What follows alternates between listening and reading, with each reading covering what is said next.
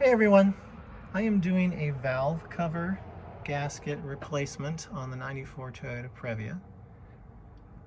Just to get to the top of the engine, I had to remove the passenger seat, pull all the carpet back, and to remove this rocker trim panel here.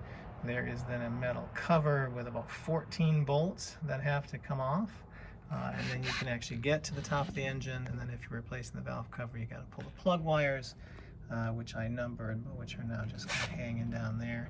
And then you can finally start unbolting the valve cover.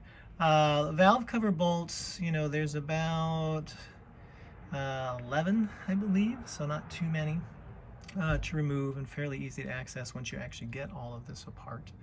And then the next step is going to be to clean up these mating surfaces, clean up the valve cover itself, and then install the new gaskets. So we've got the valve cover down here. This is the old gasket. It's actually in fairly good shape. I don't see any damage to it. The valve cover itself, pretty grimy, so I'm going to go ahead and clean that. The issue with this was I was getting a massive oil leak, and you can see some of the remnants of that oil leak down here. And as it turned out, once I got all of this apart, it is not that the gasket was necessarily bad, but that this bolt down here in this corner was actually just missing. And as I was untorquing these bolts, I found that very few of them were actually torqued at all. Most of them were so loose that I could actually just fasten them with my fingers. A couple of them I had to use the wrench for like a minute or less, just a few turns, and then they just were super loose. So I think whoever probably did this before didn't torque them to spec, and they just started working their way loose. Oil started leaking. That one finally just fell out.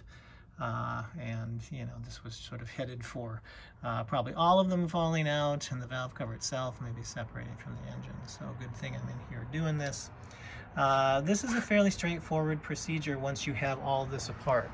It's more work to actually get to the top of the engine than it is to necessarily do something like this valve cover gasket replacement. Because once you have all of this apart, you've got 11 bolts to take off here. Valve cover just pops right off. You put a new one in, torque it down to spec, reconnect your plug wires, and you're done. So I'm going to go ahead and start working on cleaning up these mating surfaces, getting the valve cover clean, and then I'll start putting it back together. If you found this video helpful, please like and subscribe for more content like this.